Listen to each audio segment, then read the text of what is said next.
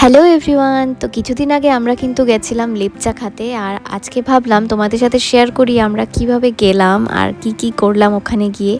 তো আমি, আমার বোন, আমার বর, আমার দেওর, আমার দুই ননদ, আমরা কিন্তু সবাই মিলে গেছিলাম আর যাচ্ছিলাম কিন্তু বাসে করে। ফার্স্টে কোচবিহার থেকে কিন্তু বাসে উঠে পড়েছি, আর বাস থেকে 1 ঘন্টার মতো লাগে। আমরা এখানে নেমে পড়েছি। জায়গাটার নাম ছিল শান্তলা বাড়ি।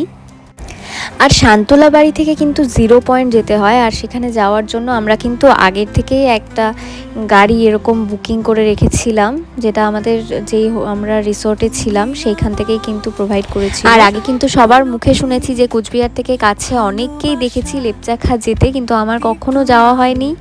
কিন্তু ওখানে গিয়ে দেখলাম যে না, এতটাও কিন্তু কাছে না। 0 পয়েন্ট থেকে কিন্তু 3 ঘন্টা টাইম লাগে ট্রেকিং করে উপরে যেতে।